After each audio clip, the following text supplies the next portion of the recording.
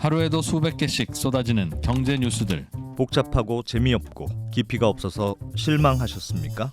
복잡한 건 쉽게, 쉬운 건 재밌게. 재미있는 건 깊게 전해드립니다. 뉴스는 이해다. 언더스탠딩. 유튜브에서 언더스탠딩을 검색하세요. 좋아요만 누른 당신 부끄럽군요. 구독 누르세요.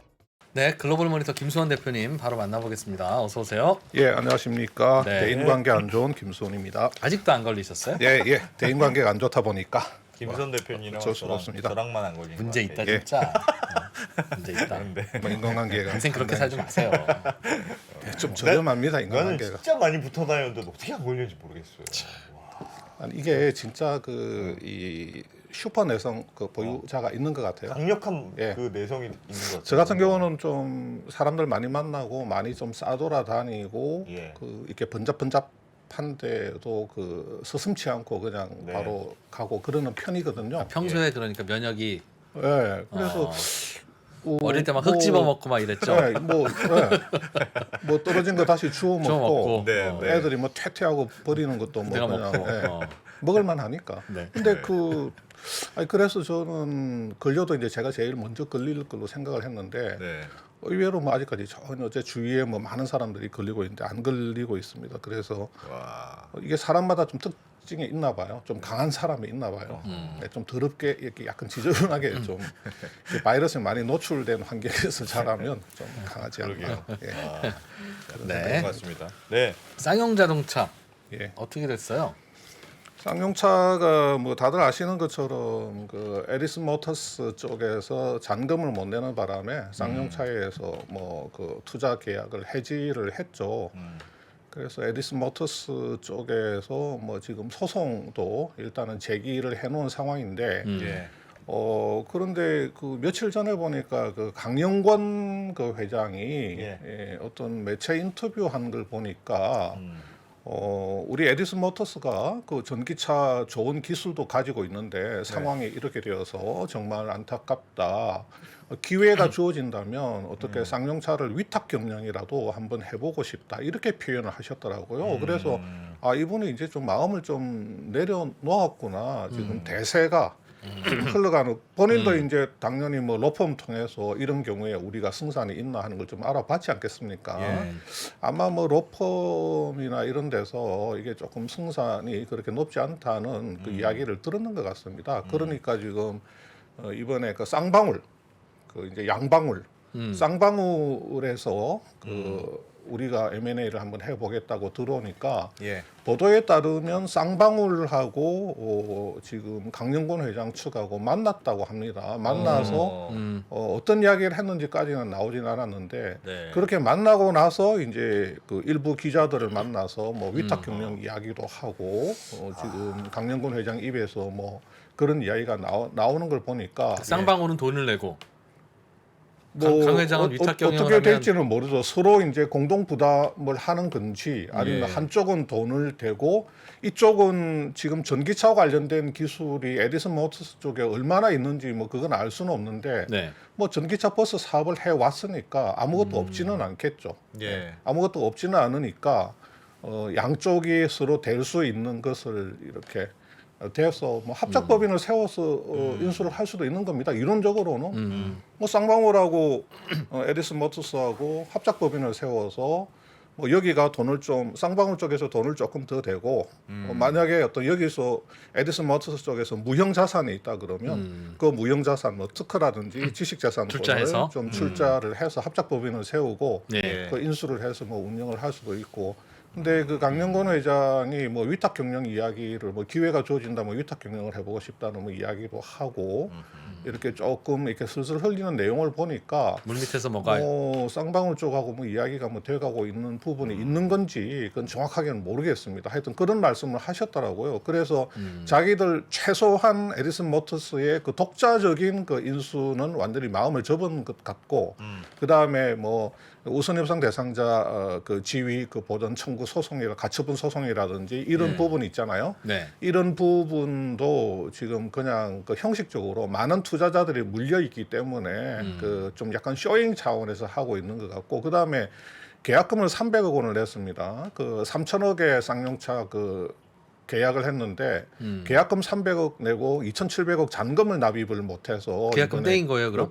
그러니까 떼인 이제 거죠, 계약금을 사실 떼일 위기에 처하니까 에디슨 모터스 입장에서는 이 300억이 작은 돈이 아니죠. 그렇죠. 근데 이걸 이제 몰취당하게 생겼거든요. 제가 그 이제 2%님 안 계실 때 그때 이제 안프로하고 둘이서 이야기하면서 법원 딜, 법원에서 그 회생 추진 기업을 다루는 법원에서 하는 딜을 우리가 뭐 통상 이 M&A 업계에서는 법원 딜이라 이렇게 표현을 하는데 예. 법원 딜 같은 경우는 조금 엄격하게 다루거든요. 계약 잔금을 제때 납입을 안 한다든지 바로 몰치죠. 어떤 그렇죠. 바로 몰치를 해버립니다. 그래서 강영건 회장 입장에서는 저 몰치된 300억을 좀 살릴 수 있는 방법으로 아마 그 쌍방울 쪽하고 어떤 타협을 할 가능성도 있지 않겠느냐. 왜냐하면 쌍방울도 그렇게 돈이 많은 회사가 아닌 것 같습니다. 제가 볼 때는 뭐 아니 이스타항공 인수전에서 지방의 그 중소기업 중소건설사 성정이라고 하는 중소건설사한테 패했잖아요. 예. 성정이 가격 더 많이 써냈습니다.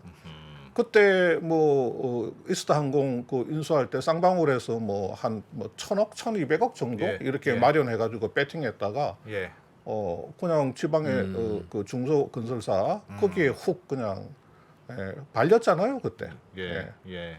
그러니까 뭐 제가 볼 때는 쌍방울도 그렇게 돈이 많은 회사도 아니고 그 다음에 광림이라고 하는 특장차를 가지고 있기는 하지만 전기차 분야에서는 거의 사실상 문외한이나 다름없고요. 예. 뭐 그렇기 때문에 물론 뭐 에디슨 모터스가 얼마나 기술을 가지고 있느냐 그 부분에 대해서는 어떤 신문에서 기사를 이렇게 썼더라고요. 그러니까 우리가 어떤 업체를 표현할 때 앞에 수식어를 붙이잖아요. 예. 저는 뭐 저도 이렇게 뭐 페이스북이나 SNS나 아니면 다른데 외부에 기고를 할 때 전기 버스 업체 에디슨 모터스 최소한 이제 이 정도는 이제 갖춰서 표현을 해주거든요. 예. 근데 이제 뭐 제1보라든지 제1보 계열 방송사에서는 중국에서 부품을 조립하여 한국에서 재조립하는 에디슨 모터스 이렇게 표현을 하더라고요. 그러니까 중국에서 부품을 수입하여 한국에서 재조립하는 굳이 그런 수식으로 써놓더라고요. 그러니까 그런 표현 자체는 여기는 그냥 조립 생산하는 회사지 자기들이 자체적으로 기술을 가지고 있지는 않다는 그런 뉘앙스가 그런 기사의 표현 속에 담겨 있는 거거든요. 자동차 회사는 다 조립 생산 업체인데 사실은 여기저기 부품 갖다가 네. 뭐 네. 따지고 보면 다 그런데 그렇지만 굳이 그걸 설명한다는 건 마음에 안 든다는 얘기죠. 뭐 그런 느낌 저는 그런 느낌을 좀 받기는 했어요. 예. 예. 그래서 아직 그럼 300억이 몰수 안 될 수도 있는 거고. 뭐 최종적으로 법원에서 어떻게 판단할지는 모르겠지만 지금 법조계 쪽에서는 뭐 이 정도 사안 같으면 사실상 계약금은 몰치되는 걸로 그렇게 네. 보는 게 이제 다수의 평가인 것 같고요. 그래서 지금 에디슨 모터스가 인수하는 게 사실상 물 건너간 것으로 그렇게 이제 다 인식이 되고 있는 상황인데 네. 쌍용차의 이제 정용원 관리인이 빠른 시간 내에 이 M&A를 다시 추진하겠다고 밝히자마자 바로 쌍방울, 양방울이 우리가 해보겠다. 그 의사가 있다 그러면서 그 쌍방울 계열 7개사를 모두 총동원령을 내려가지고 7개 계열사를 네. 총동원을 해서 예. 어떻게 하든지 쌍용차는 우리가 한번 인수를 해보겠다고 이렇게 나오고 있는 겁니다. 그래서 쌍방울 그룹에서 쌍용차 인수하겠다는 그 의사를 피력하고 나서 그 쌍용차 그 쌍방울 계열의 상장사들이 주가가 거의 상한가 또는 중상한가급으로 지금 며칠째가 아니고 지난주 금요일 그랬고 오늘도 제가 아까 오늘도 그랬어요. 오여 보니까 예. 계속 상한가더라고요. 몇 개 계열사가 계속 지금 상한가를 치고 있습니다. 왜 주가가 올라요? 쌍용차가 모르겠어요. 좋아요? 모르겠어요. 그러니까 저도 그게 제일 신기하더군요. 쌍용차 주식은 지금 거래 정지돼 있습니다. 거래 정지가 돼 있는데 거래 정지가 돼 쌍용차 인수를 거론했어요. 우린 생각이 있다. 근데 왜 상한가로 가지? 제가 자신 있게 말씀드릴 수 있는 것은 모르겠다는 것입니다. 쌍용차를 인수하면 덩치가 커진다. 덩치는 커지겠지. 지금 쌍용차를 인수한 에디슨 모터스도 마찬가지고 네. 지금 쌍방울도 이 뭐 쌍용차를 인수한다는 말만 나오면 갑자기 그냥 가만히 있던 주가가 그냥 벌떡벌떡 지금 일어서고 있는 그런 형국 아닙니까? 예. 근데 그러면 쌍용차가 그만큼 굉장히 어떤 매력적인 어떤 기업 예. 그 M&A 대상인가? 그건 아니죠 객관적으로. 그러니까 주인은 못 우리가, 찾고 있겠죠. 예, 우리가 예. 상식적으로 생각했을 때 그건 아닌데 그러면 쌍방울이 가져갔을 때 과연 저기서 굉장한 시너지를 그 노릴 수 있느냐? 사실은 조금 회사가 부실해도 다른 회사가 가져갔을 때 거기서 굉장한 시너지 효과가 기대된다 그러면 당연히 주가는 바로 반응을 하죠. 예. 그런데 쌍방울 계열 중에서 자동차하고 관련이 있다고 하는 것은 광림, 특장차, 예. 특장차뿐이거든요. 광림 특장차하고 쌍용차 간에 어떤 시너지 효과가 뭐가 있을지 그건 조금 의문스럽습니다. 물론 쌍용차 쪽에서는 특장차하고 시너지가 있다. 네. 그래서 뭐 하여튼 뭐 이렇게 설명을 하는데 네. 글쎄요, 저는 잘 모르겠어요. 특장차하고 광림이 트럭 같은 걸 사다가 그걸 개조해서 개조를 하는 거죠. 소방차 예. 같은 거 소방차 만들고, 같은 걸로 만드는. 만들어서 예, 정부에 예. 팔고 그러는 거죠. 그래서 자동차 전문가들은 네. 완성차 업체로서 쌍용차를 바라봐야 되지 예. 자꾸 쌍방울이 가지고 있는 특장차 사업하고 연계시켜서 저기서 시너지를 내는데 그 집착을 하는 거는 조금 네. 뭐가 안 맞다고 뭐 자동차 전문가들은 이야기를 하고 있다고 하더라고요. 지금 쌍용차 무슨 생산 라인에 뭐 자동차 뭐 개조 특장차 뭐 그런 옛날에 아주 옛날에 제가 정확하진 않은데 아주 옛날에 쌍용차가 특장차 사업을 조금 하기는 한 것 같아요. 예, 예. 조금 하긴 했는데 지금은 뭐 특장차 이런 거는 전혀 없고 그 좀 더 수월케 자동차를 개조를 해서 지금보다도 훨씬 더 생산성 있게 특장차를 만들어서 판매할 수 있다. 이게 지금 쌍방울 쪽에서 하는 이야기인데 글쎄요, 제가 가진 상식으로는 시너지가 전혀 없다고는 할 수는 없지만 네. 수천억 원을 들이고 저게 정상화까지는 거의 조 단위 금액이 들어갈 걸로들 예상하는데 그만큼 리소스를 투입을 해서 노릴 수 있는 시너지가 뭐가 있을까? 그 부분에 대해서는 조금 회의적인 거죠. 아니, 그래서 그러니까 뭐 쌍용차가 지금 어떤 상황인지 우리가 예. 객관적으로 수치로서 한번 알겠습니다. 간단하게 표를 한번 잠깐만 한번 볼게요. 지금 이렇게 화면 한번 보시면 지금 쌍용차 연결손익 계산사 이게 한번 보시면 지금 매출이 계속 줄고 있지 않습니까? 지금 요게 2019년, 요게 20년, 요게 21년이거든요. 네. 3조 6천억에서 2조 9천억, 2조 4천억으로 줄고 있는데 네.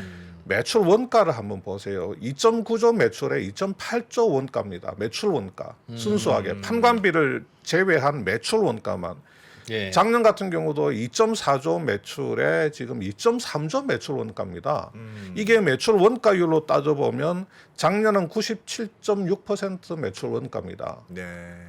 재작년은 2020년은 97.3%입니다. 예. 그나마 2019년도 매출 원가율이 92.6%입니다. 예.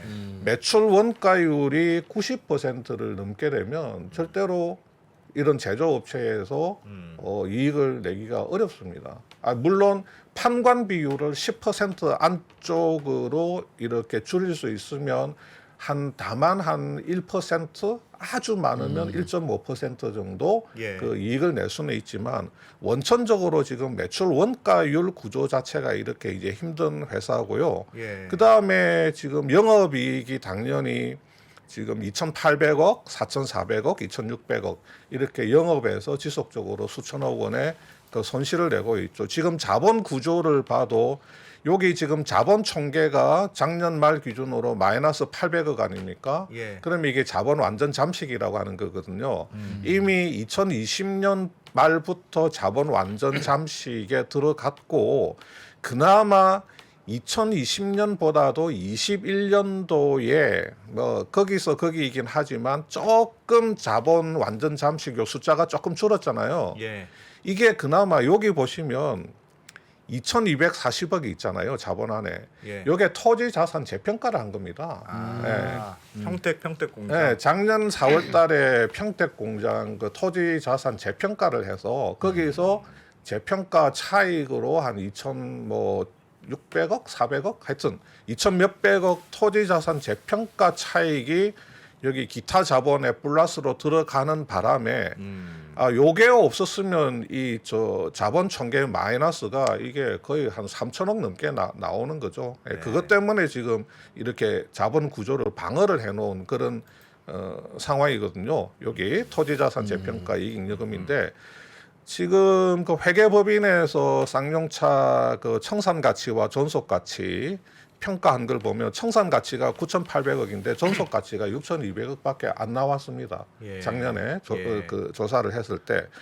그러니까 지금 솔직히 쌍용차가 이런 상황인데 이런 상황에 있는 회사가 정상화까지 순수하게 회사 사는 데만 최소 3천억 이상 들어가고 정상화까지는 거의 조 단위가 투입될 걸로 예상된다고 누구나 다 그렇게 이야기하는데 예. 쌍용차를 먹겠다고만 하면 그냥 주가가 지금 하늘로 예, 네. 지금 치솟고 있으니까 예. 에디슨 그러니까- 모터스에서도 그랬었죠.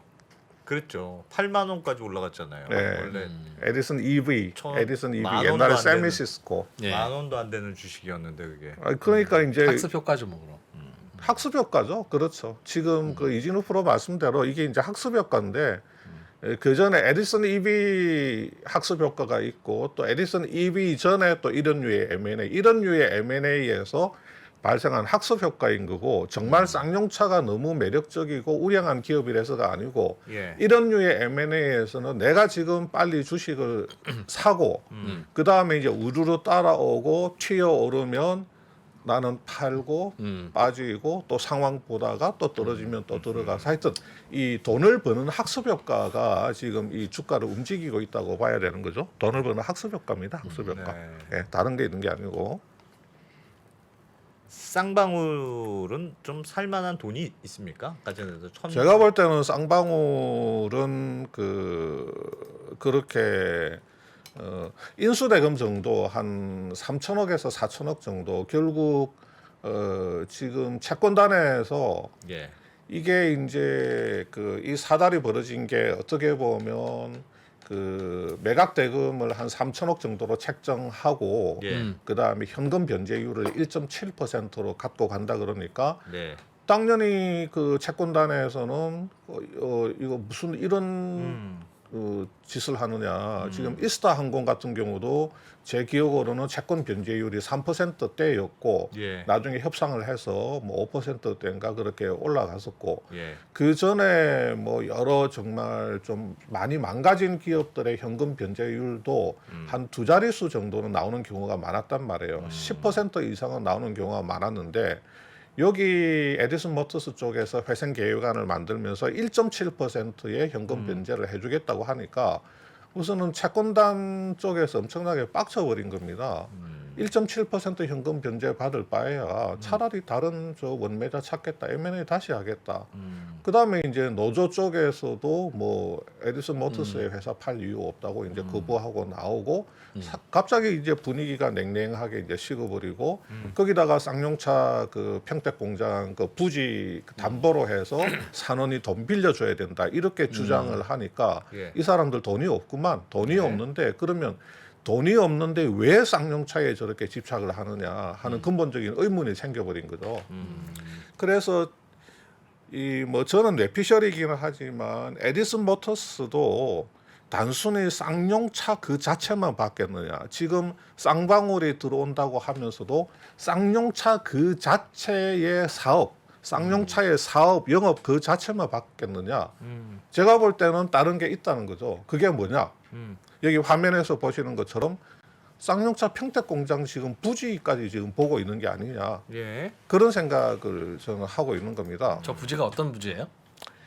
여기가 그 평택시 7괴동이라고요. 저 예. 뒤에 아파트 있네 진짜 바로. 여기 다 아파트로 거의 둘러싸여 있습니다. 여기가 여기 저 쌍용차 저기 평택 그 공장 아닙니까? 예. 그다음에 여기는 어디냐면요. 그 안성에 있는 그 안성시 공도읍에 있던 쌍용차 출고장이었습니다. 네. 예. 여기 평택 공장부에서 그렇게 멀지 않아요. 뭐 예. 차로 뭐 얼마 안 되죠. 뭐 한 30분 정도 거리인가 정확하게 모르겠는데 이게 안성 스타필드 이게 신세계에 팔았습니다. 예. 예. 이 그 쌍용차 출고장을 그리고 신세계에서 이걸 스타필드 안성 스타필드로 만든 겁니다. 여기 예, 이게 안성시 공도 옛날 쌍용차 출고장인데 예. 지금 이렇게 돼 있는 거죠. 예, 이렇게 되어 있으니까 이 땅의 가치가 지금 상당한 겁니다. 이게 지금 거의 이 땅의 가치가 개발 가치가 한 조 단위까지 가는 걸로 그렇게 인식이 되고 있거든요. 저 땅의 주인이 저기다 아파트 지어서 팔면 조를 번다는 거죠. 예. 그러니까 쌍용차 아까 말씀드렸을 때 쌍용차 존속 가치가 9천 얼마 나왔었나요? 6천억 예, 정도 예. 나왔잖아요. 예. 근데 여기 차라리 여기 공장 밀어버리고 아파트 짓고 대형 쇼핑몰 넣으면 네. 여기서 1,000억 정도 부가가치가 나올 수 1조 정도 부가가치가 나올 수 있다고 하니까 차는 네. 어디서 만들어요? 차는 이제 저쪽에 그 포승 일반 그 산업단지 쪽으로 공장을 옮겨서. 이전을 해가지고 이전할 땅도 있어요. 예. 산업단지 쪽에 좀 더 이제 여기는 이게 사실 그 약간 평택 시내라고 해도 과언이 아닐 정도로 여기 그 중심부에 위치를 하고 진작 있거든요. 쌍용차 경영진이나 법원이 저 부지를 건설회사한테 팔든 직접 그러니까. 시행을 하든 네. 해서 그 돈 모아서 회생시켜야지. 네. 저걸 왜 그대로 갖고 있으면서 남이 돈 넣어라 그러고 있어요?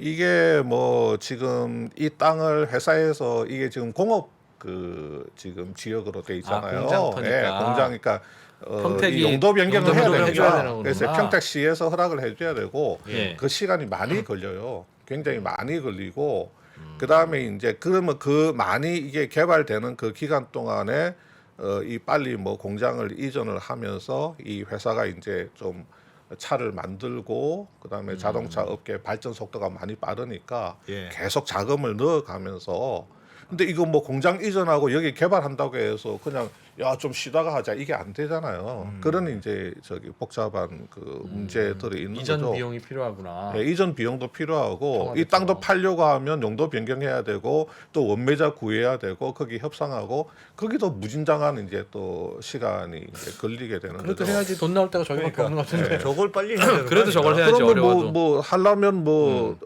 정리 안 되면 이걸 빨리 이 공장을 그 포승 산업단지인가요? 그쪽으로 이전을 하고 예. 여기를 차라리 뭐 그 개발 원매자한테 뭐 팔든지 뭐 그렇게 해야 되는데 이게 지금 이게 보면 여기입니다. 여기 평택 지제역이 평택 지제역이라고 보이죠. 예. 예, 이거 보시면 여기 힐스테이트 음흠. 여기 더샵 음흠.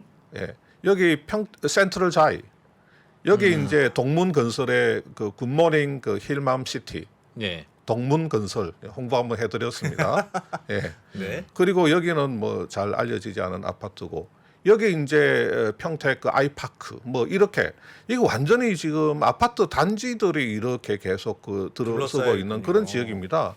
여기서 보세요. 여기가 그 안성 스타필드거든요. 예. 그러니까 이제 여기는 그 안성 행정구역상으로 안성시지만 사실상 이 평택 그 시민들의 생활권입니다. 네. 예. 그러니까 여기 이제 쌍용차가 여기 출고장을 신세계에 팔아서 여기 안성 스타필드가 생기고 하다 보니까 여기 평택 여기 아파트 주민들이 안성 스타필드로 쇼핑을 엄청나게 갑니다. 네. 가서 여기서 뭐 먹고 마시고 소비들을 엄청나게 하니까 네. 안성시의 세수는 많이 좋아지죠. 예. 근데 평택시는 아주 그 뭐 그 아. 뭐라 그럴까 하여튼 굉장히 뭐 배가 아프고 짜증나지 않겠습니까? 예. 예. 그러니까 이제 평택시에서도 사실은 이 평택 공장 이 부지를 어떻게 저렇게 아파트 단지도 좀 짓고 대형 쇼핑몰 같은 거를 넣으면 이 평택시 살림살이도 좀 좋아지고 뭐 이렇게 좀 더 훨씬 더 멋진 그런 도시가 될 텐데 예. 하는 그런 생각을 가지고 있겠죠. 그러니까 만약에 용도 변경을 하겠다고 하면 평택시 입장에서는 그거 안 돼. 그럴 이유가 없다. 별로 없는 겁니다. 예. 그리고 여기 있는 것보다는 아까 말씀드린 그 산업단지로 예. 가는 게 어떻게 보면 그 자동차 물류적인 측면에서 예. 그렇게 나쁘지 않을 수도 있는 거고요. 예.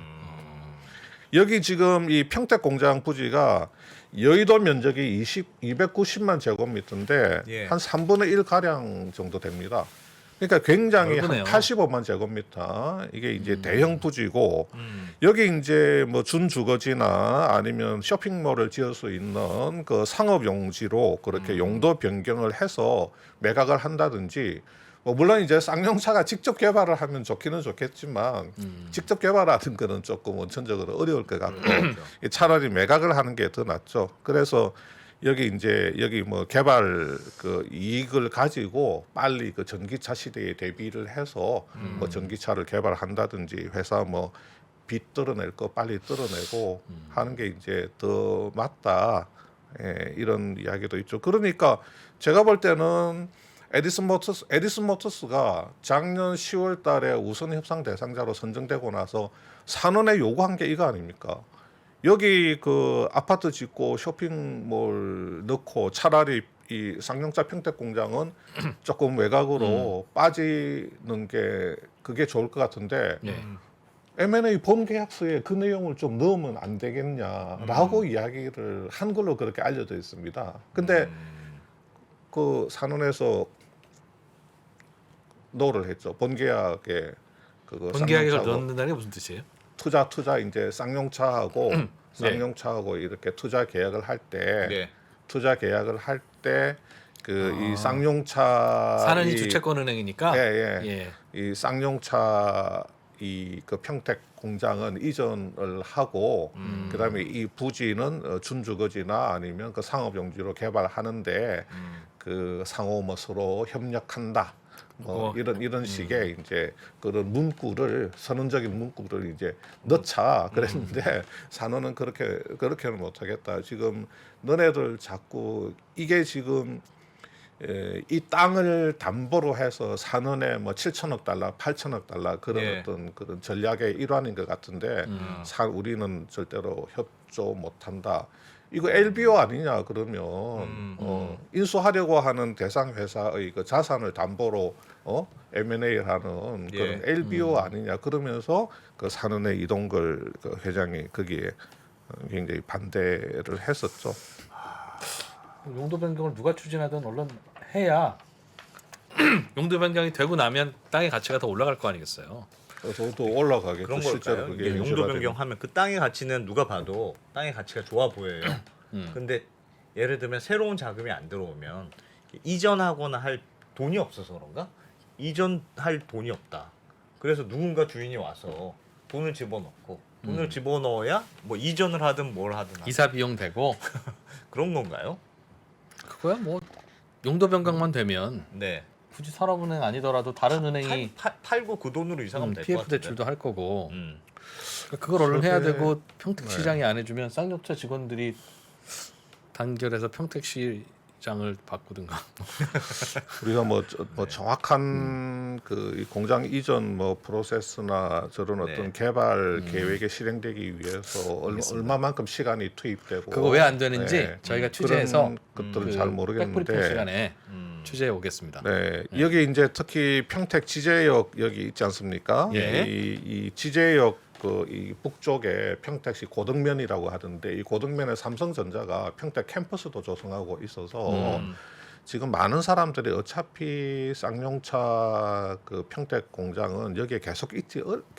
어렵지 않겠느냐 하는 그 지역 여론들이 있다고 합니다. 그러니까 쌍방울 같은 이런 회사 입장에서 봤을 때는 야 이거 한 3천억 뭐 좀 더 높여서 한 4천억에 인수를 해도 예. 야 이거 굉장히 남는 장사가 될 수가 있겠다. 네. 라는 생각을 계산기를 두들길 수가 있는 거죠. 그래서 저는 자꾸 저렇게 쌍방울 같은 데서 이스타 항공 M&A 실패하고 나서 갑자기 지금 여기 쌍용차 이거 하겠다고 뭐 지금 들이닥치고 그 앞에 에디슨 모터스도 이렇게 이거 하겠다고 돈도 없으면서 예. 뭐 무슨 에디슨 그 시스코 M&A 해가지고 세미시스코한테 CB 발행시켜서 그걸로 인수자금 마련하는 그런 식으로까지 M&A를 하려고 했던 이유 중에 하나가 예. 이 땅의 가치 이 문제가 있지 않겠느냐.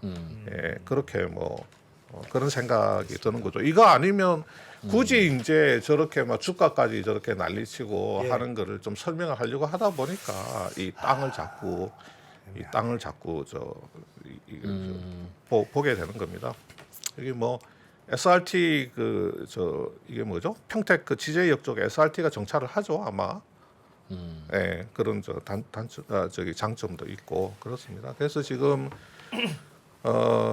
이전 비용이 많이 드는 모양인데 모르겠어요. 네. 한번 알아볼게요. 저 이전 비용은. 그러면 지금 쌍용차의 인가 계획이 회생 계획안 인가 종료 시점이 10월 달 중순이다 이렇게 M&A 자체를 최종 마무리하는 게 올해 10월 한 중순까지는 돼야 되고요. 네. 그 10월 중순 그 무렵까지는 M&A가 돼가지고 그 매각 대금이 납입이 이제 종료가 돼야 됩니다. 그러니까 새로운 주인을 찾아서 예. 그게 쌍방울이 됐던 어디가 예. 됐던 간에 새로운 예. 주인을 빨리 찾아서 예. 납입까지 돼야 되는 게 10월 중순까지 해야 된다. 예. 그럼 시간 별로 없네요. 시간이 별로 없죠. 지금 벌써 지금 4월 달 아닙니까? 예. 그러면 4월 초인데 4, 5, 6, 7, 8, 9, 10 지금 7개월 채 지금 안 남은 겁니다. 네. 그 시간이 굉장히 그 촉박한 상황인 거죠. 촉박한 상황이고 근데 이제 약간 여담이긴 한데 예. 한 3, 4분만 말씀드리면 사실 이제 와서 뭐 이런 말씀 드려봐야 아무 소용도 없는 일이긴 한데 언젠가 이제 제가 한번 그런 말씀도 드렸었는데 SK가 쌍용차를 인수를 하려고 했었어요 옛날에 2002년도에 그랬던 적이 있었나요? 예, 예. 2002년도에 예.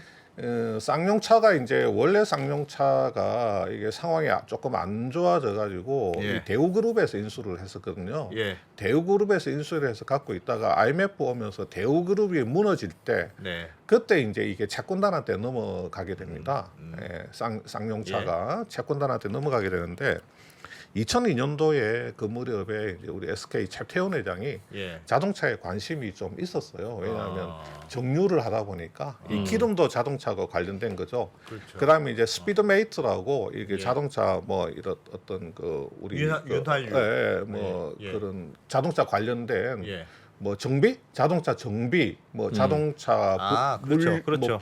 그 용품 뭐 이런 것도 좀 하고 있었고 네. 그다음에 자동차를 잘 활용을 하면 이게 마케팅적으로도 어떤 통신 사업하고도 어떻게 좀 연결시킬 수도 있을 것 같고 그다음에 금융 자동차를 활용해서 금융도 좀 할 수 있을 것 같기도 하고 예, 그래서 예. 2002년도에 그 이제 그 그룹의 뭐 이런 어떤 뭐 재무 전략 뭐 기획 쪽을 다 동원을 해가지고 쌍용차 인수를 한번 검토를 해보라고 시켰어요. 그래서 굉장히 그 적극적으로 쌍용차를 들여다봤는데 예.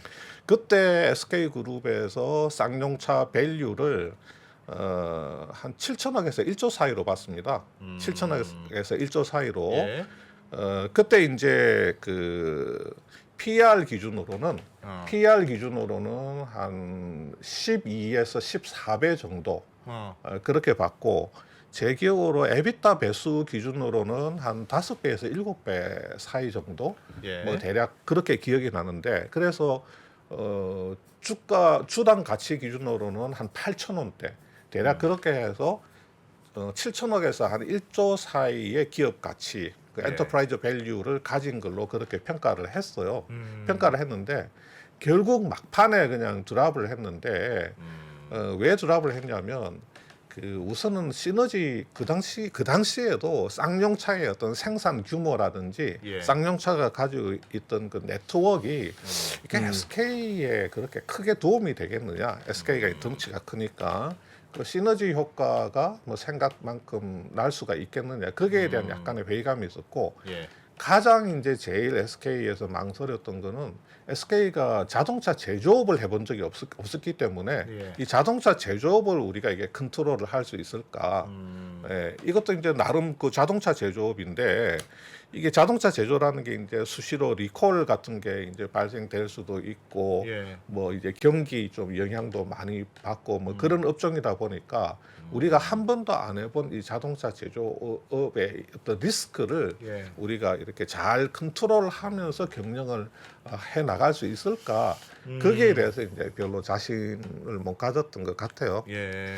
그래서 그때 좀 SK가 좀 더 과감하게 쌍용차를 M&A를 했더라면 그리고 이제 또 하나가 뭐가 있었냐면 그때 채권단이 좀 약간 목에 힘이 좀 많이 들어가 있을 때 왜냐하면 그때 쌍용차가 그럭저럭 괜찮을 때요. 뭐냐면 한번 잠깐 이렇게 그림을 한번 보시면 예. 이게 2001년 2년 쌍용차 손익계산서입니다. 2001년 2.3조 매출이 지금 예. 3.4조. 지금보다 그 당시에 매출이 지금 20년 전에 매출이 더 많잖아요. 지금 더 많아요. 이야. 영업이익이 01년도에 1,500억인데 02년도에 3,000억까지 올라갑니다. 이게 예. 그다음에 이제 영업 현금 흐름이 01년도에 한 1,700억인데 02년도에 한 5,300억까지 올라갑니다. 예. 그러니까 영업 이익을 내고 영업 현금 흐름이 이제 그 파지티브 플러스로 돌아서고 매출이 증가하고 네. 그 당시에 그 SUV는 여전히 쌍용차가 굉장히 잘했거든요. 그때 렉스턴 뭐 무쏘 뭐 무쏘 그런 것도 좋았고 아, 그다음에 보니까. 대형 예. 승용 있잖아요. 네. 대형 승용에서도 뭐 그 체어맨이라든지 뭐 이런 차들로 좀 먹어주던 그런 때였기 때문에 여러 가지 뭐 외부 환경 요인이라든지 아니면 좀 이렇게 주인 뭐 이렇게 약간 뭐 부모 잘못 만났다고 말하면 좀 약간 거시기하지만 하여튼 그 좀 경영진 잘못 만나서 좀 망가진 측면도 있고. 보니까 렉스턴이 2001년에 출시가 됐었네요. 네, 그렇다니까요. 그러니까 그때- 운이 좋았을 때네. 그러니까 채권단이 그 독자 생존을 생각을 하고 있었어요 그때. 아 이거 팔면 엄청나게 비싸게 팔든지 예. 아니면 독자 생존을 해서 아하. 회사 기업 가치를 올려 가지고 채권단이 출자 전환한 주식들 있잖아요. 출자 전환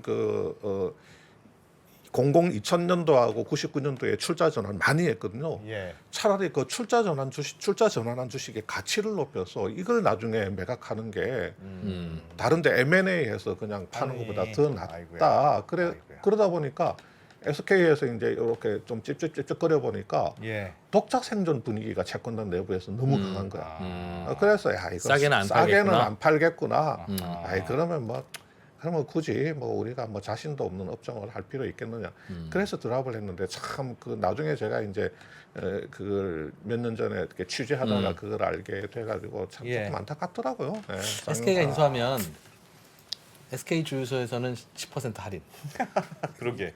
그럼 그러게. 그러면 뭐 그런 같은 값이면 식으로 그런 걸 쌍용차 생각했던 사야겠다. 거죠. 뭐 이런 거 할 수 있을 텐데. 그런 생각을 했던 것 같아요. 그 마케팅 해본 소리인데 또 농담을 또 받아주시네. 네.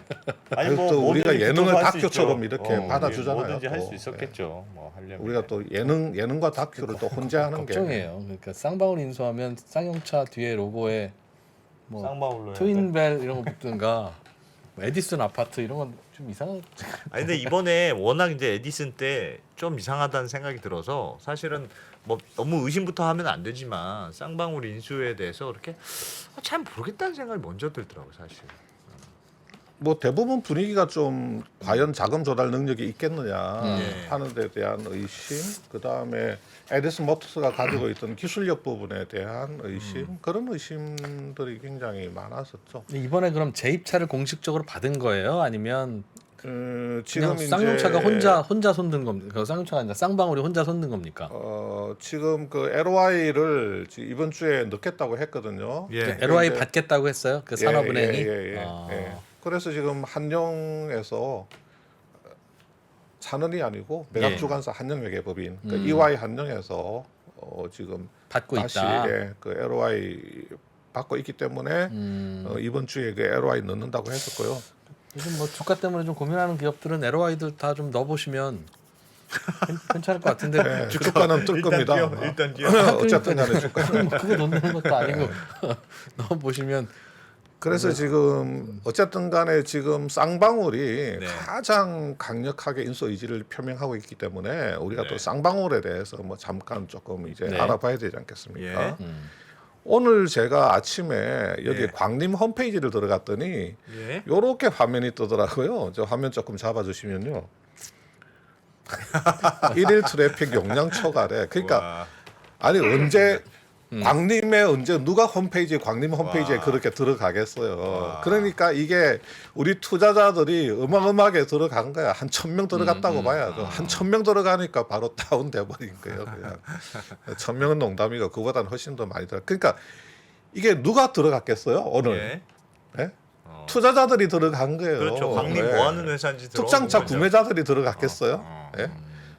이게 그냥 투자자들이 들어간 겁니다. 이 예. 회사 이렇게 돼 있더라고요. 와 재밌네. 그래서 이게 광림에서 만드는 차종의 일부입니다. 이게 이제 크레인, 스틱 크레인이 있고 이제 너클 크레인, 뭐 여기 이제 전기 공사차, 뭐 소방차도 있고 이제 이게 우리 쓰레기, 음식물 예, 뭐 예. 하여튼 일반 쓰레기 차도 있고 다양한 그런 그 특장 차를 예.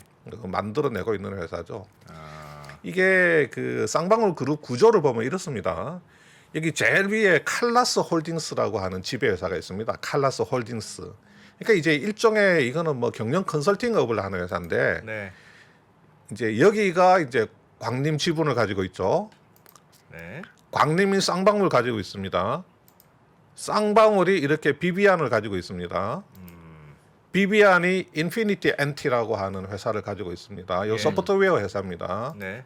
인피니티가 IOK 컴퍼니, 엔터테인먼트 회사죠. 예. IOK 컴퍼니를 갖고 있습니다. 여기서 다시 광림으로 이렇게 들어갑니다. 아, 순환 기본적인 출자군요. 골격은 이렇게 돌아가는 겁니다. 이렇게. 근데 지분이 많지가 않아요. 여기 들어간 지분이 뭐 10%대나 20%대입니다. 네. 이렇게 투자한 지분들이 이렇게 돌아가는 겁니다. 그리고 칼라스 홀딩스가 이렇게 광림을 지배하고 있습니다. 그 다음에 또 뭐가 있냐면 나노스 이제 이게 회사 이름이 바뀌었어요. 그러니까 예. SBW 생명과학으로 바뀌었습니다. SBW 아시죠? 쌍방울. 예. SBW 생명과학으로 회사 이름이 바뀌었는데 나노스하고 여기 미래산업이 있습니다. 여기 이제 광림이 여기 이제 나노스하고 미래산업을 지배를 하는데 네. 쌍방울도 여기 이제 조금 나노스 지분을 좀 가지고 있고. 저 미래산업이 그 반도체 장비하던 예, 그렇습니다. 정문솔 씨의 미래산업이에요? 그 미래산업입니다. 어쩌다 반도체 저기가 있어요? 장비회사. 저도 모르겠어요. 이제 어떻게 뭐 굴러다니다가 이리 갔네요. 여기 인피니티 NT가 하여튼 요렇게 이제 조금 지분을 가지는데 이렇게 크게 돌아가는 구조. 이 칼라일 홀딩스는 누가 가지고 있느냐? 양선길 이제 지금 현 쌍방울 회장이라고 하는 분입니다. 예. 외에 3인. 양선길 30%, 이인우 30%, 정은희 30%, 김흥수 10%돼 있는데 물론 뭐 이거는 소문입니다. 네. 예, 실제로 양선길 그 회장이 마치 이제 오너인 것처럼 인식되어 있는데 실제 오너는 따로 있다는 그런 소문들이 아직도 계속 무성하게 나오고 있습니다. 예, K 회장이 실세다, 실제 주인이다 이런 이야기가 아직도 계속 나오고 있습니다. 그러니까 이인우님, 정은희님 저 주주들은 뭐 가족 뭐 자기들 내부의 어떤 특수 관계인 것 같은데 그 관계는 저는 아. 잘 모르겠습니다. 이 사람들 사이의 예, 관계는 가족 관계는 아닌 것 같고요. 양선길 회장은 바지다 이런 소문들이 소문은 계속해서 있어요. 지금 그거는 뭐 저는 확인을 해본 하여튼 바는 없는데 광림이라는 회사가 제일 중요하군요. 저 지배 구조에서. 여기서 일종의 뭐 약간 지주회사 같은 느낌을 주죠. 광림이 쌍방울, 나노스, 뭐 미래산업 뭐 이렇게 이제 가지고 있는 거니까 이렇게 뭐 약간 지주회사 같은 그런 느낌을 주죠. 하여튼 칼라스 홀딩스는 이렇게 광림을 가지고 있으면서 네. 나머지 회사들에게 이제 영향력을 지배하는. 행사하는 아하. 이런 구조로 되어 있습니다. 요게 7개죠. 하나, 둘, 셋, 넷, 다섯, 여섯, 7개 아닙니까? 네. 이 7개 회사가 쌍용차 인수 컨소시엄에 총 동원된다는 겁니다. 그래서 이 7개 회사가 가지고 있는 자금 여력을 다 동원을 하겠다는 거죠. 예. 근데 많이 적자라고 하던데요. 광림도 적자, 쌍방울도 적자, 비비안도 적자. 자, 광림 한번 보세요. 광림 그 재무제표입니다. 예. 자, 여기서부터는 상당히 좀 재미가 없을 겁니다. 계속해서 재무제표 이야기니까. 네. 적자죠. 자, 영업이익은 지금 이렇게 그 21년, 20년은 영업이익이 그 좀 났는데 네. 19년은 적자였고요. 예. 여기 단기 순이익은 계속 적자죠 보니까. 금융 비용이 많이 나가네요. 여기 보니까 금융 비용이 359억. 350억이나 이렇게 나가고 있습니다. 부채가 350억. 많다는 뜻인가요?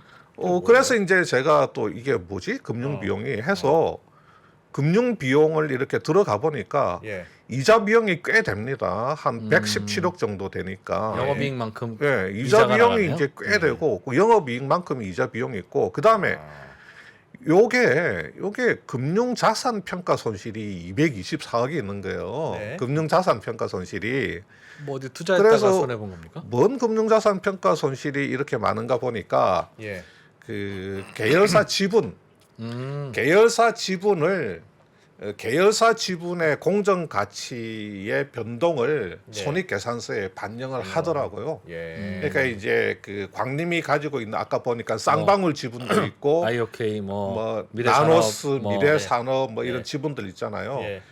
거기 이제 다 상장사들이니까 그 상장사 그 주가에 주가 따라서. 변동을 그걸 이제 단기 손익 공정가치 측정 금융자산 평가 손실 이렇게 해서 이제 반영을 하고 있는 거죠. 그런 거라면 뭐 현금 흐름으로만 봐서는 또 현금 좀 더 흐름에는 거치네요. 전혀 영향을 주지 예, 않고 없는데. 이제 회계상의 손실이니까 그래도 뭐 광림은 좀 영업이익은 좀 내고 있는 회사다. 예. 그러니까 단기 손실이 났는데 그걸 보니까 현금 흐름과는 상관없는 그 가지고 보유하고 있는 그 지분 공정 가치 변동에 따른 손실이더라.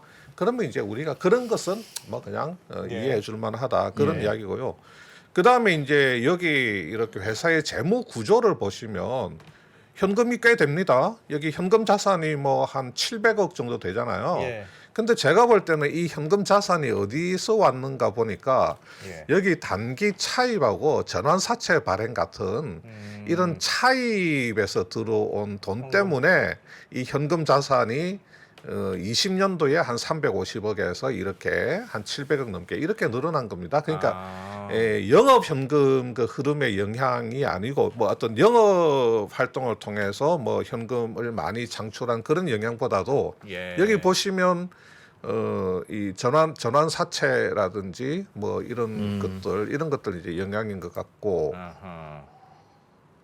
여기 이제 현금 흐름표에 보면 바로 드러나죠. 지금 전환사채 발행이 예. 작년에 보면 557억에 있었죠. 예. 예, 전환사채 발행으로 557억의 현금이 들어왔고 여기 단기 차입금으로도 한 227억이 들어왔고 예. 그다음에 뭐 일부 단기 차입금 뭐 상환도 있기는 했지만 예. 뭐 전환사채 굉장히 많이 찍었습니다 회사가.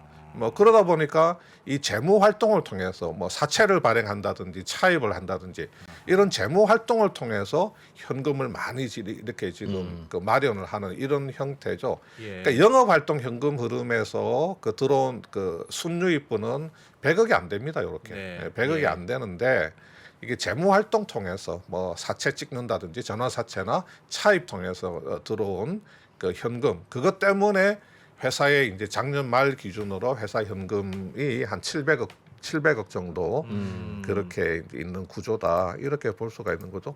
지금 쌍방울 같은 경우는 보시면 영업이익을 못 내고 있습니다. 여기는 아예 예. 영업이익이 안 나군요. 영업 손실 규모가 그렇게 큰 편은 아니지만 예. 지금 영업이익을 지금 못 내고 있고요. 여기 보시면 금융 수익이 800억이고 금융 비용이 또 780억입니다. 그럼 뭐예요? 이게 지금 매출이 970억인데 예. 금융 쪽의 수익이 800억, 또 금융 쪽의 비용이 뭐 700억 이렇게 해가지고 예. 이 광림도 그렇고 쌍방울도 그렇고 이 재무제표를 이 평가를 하기가 상당히 그 난해한 회사들입니다. 그래서 이걸 보면 역시 이제 금융 수익은 금융 자산 평가 이익이고 평가 이익입니다. 금융 비용은 또 금융 자산 평가 손실이에요. 근데 금융 자산 평가 이익이 한 750억 정도 돼요. 그래서 이제 뭘 그렇게 갖고 있나 금융 자산 보니까 지분 이제 주식으로 갖고 있는 것도 있고 예. 채무 상품이라는 것은 채권 같은 거 예. 뭐 회사채가 될 수도 있고 국채가 될 수도 있고 매자닌 채권 CB나 BW일 수도 있습니다. 예. 그렇게 해서 이제 졸졸이 따라가 봤더니 전환사채를 자기네 쌍방울 계열 전환사채를 꽤 많이 갖고 있어요. 나노스, 뭐 인피니티 NT, 뭐 광림, 뭐 이렇게 뭐 리더스 기술투자 이렇게 갖고 있는데 예. 한 가지 이제 특징적인 게 뭐냐면 나노스만 보시면 돼요. 여기 나노스가 취득 원가가 130억이죠. 전환사채. 예. 근데 지금 장부 금액이 1,600억입니다. 이렇게 아. 맞죠? 이게 1,600억 맞죠? 네. 저 이 이유를 잘 모르겠어요. 왜냐하면 물론 이제 제가 이 광림이라고 하는 회사 또는 쌍방울이라고 하는 회사 막 예. CB 발행 기록이라든지 CB 발행 이후에 있었던 일이라든지 주가 흐름이라든지 이런 거를 계속해서 팔로우를 해왔더라면 금방 알 수가 있죠. 그런데 왜 나노스의 그 전환사채 취득가가 130억인데 지금 현재 그 장부 금액이 1,600억이냐. 20년 말에는 취득 원가는 20년 말에는 취득 원가는 그대로 130억이죠. 예. 취득 원가는 그대로 130억인데 그때 장부 금액은 970억으로 올랐고 다시 21년 말에 1년 만에 1,600억으로 이렇게 오른 겁니다. 그러니까 이 전환사채의 가치가 이렇게 그만큼 올랐다는 거죠. 예. 전환사채의 가치가 올랐다. 그러니까 이게 주가, 예.